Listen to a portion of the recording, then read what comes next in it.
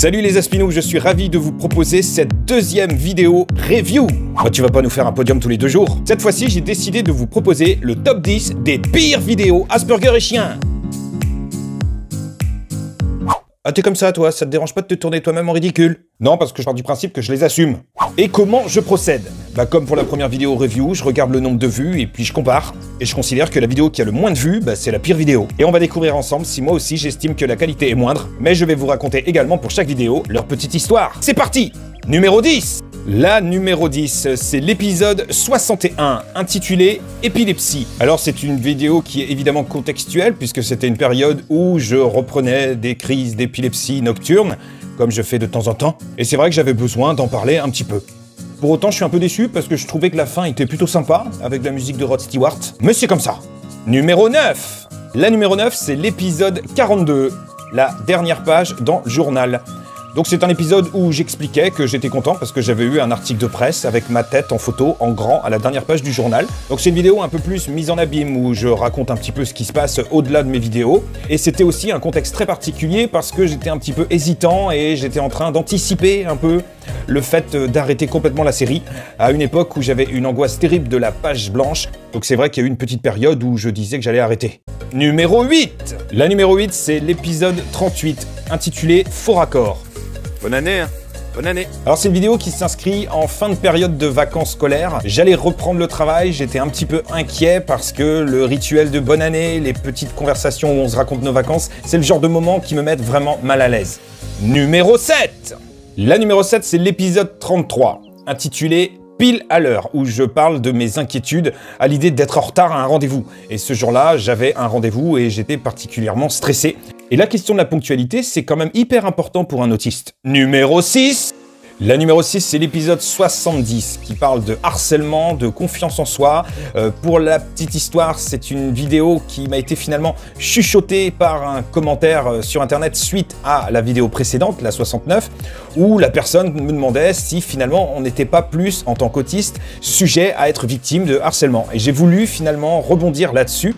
Et ça a donné cette vidéo. Une vidéo pas terrible dans la mesure où, complètement improvisée, je pense tout haut, tout ce qui me vient, je le dis, et finalement, ma réflexion n'est pas hyper construite. Numéro 5. Et nous arrivons à l'épisode 27, qui s'appelle « À côté de la plaque ». Je trouve dommage que cette vidéo n'ait pas fonctionné plus que ça, puisque ce que j'aborde est important à mon sens dans le cadre du TSA, la question des faux raccords, des bugs de communication. Pour la petite histoire, je sortais de réunion et je m'étais embrouillé avec un collègue.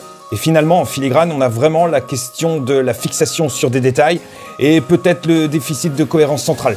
Numéro 4. C'est l'épisode 35, je suis en équilibre, où je parlais finalement de mon processus créatif, de la manière que j'avais d'aborder en tout cas ma créativité. C'est un épisode aussi où je faisais mon petit commentaire suite à un article de presse par rapport à un enfant qui avait construit le Titanic en Lego, et vous savez que j'aime le Titanic. Et je déplorais le fait que les journalistes aient besoin de préciser que ce dernier souffre de l'autisme, comme s'il y avait une valeur ajoutée là-dedans.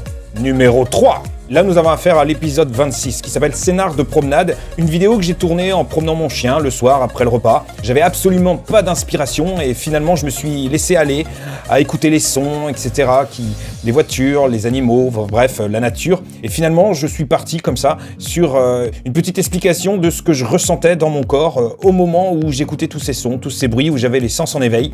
Une vidéo qui n'a pas grand intérêt, mais j'avais envie de la faire.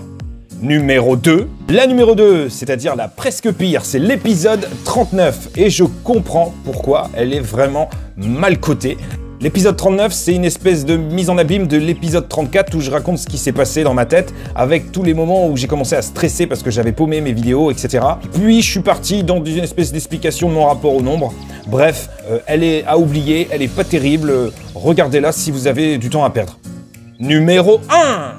La pire vidéo Asperger et chien, roulement de tambour. C'est donc l'épisode 28 intitulé « Joyeux Noël, mon chien ». Alors une vidéo où je faisais un peu d'histoire, je racontais le mythe du Père Noël, ça me faisait plaisir de partager ces infos-là avec vous. Je suis parti dans des espèces de considérations qui n'intéressaient personne. Et puis j'ai embrayé un petit peu sur le rapport que j'ai avec mon chien. J'avais envie de rendre hommage à mon cher chien le soir de Noël, mais c'est une vidéo qui n'est pas venue vraiment de moi-même puisque c'est une personne qui m'avait proposé ce sujet. Non mais on s'en fout, ce qui compte c'est que t'as fait une merde. Je dirais pas que c'est une merde, je dirais juste que ça m'a appris finalement à me fier à mon intuition.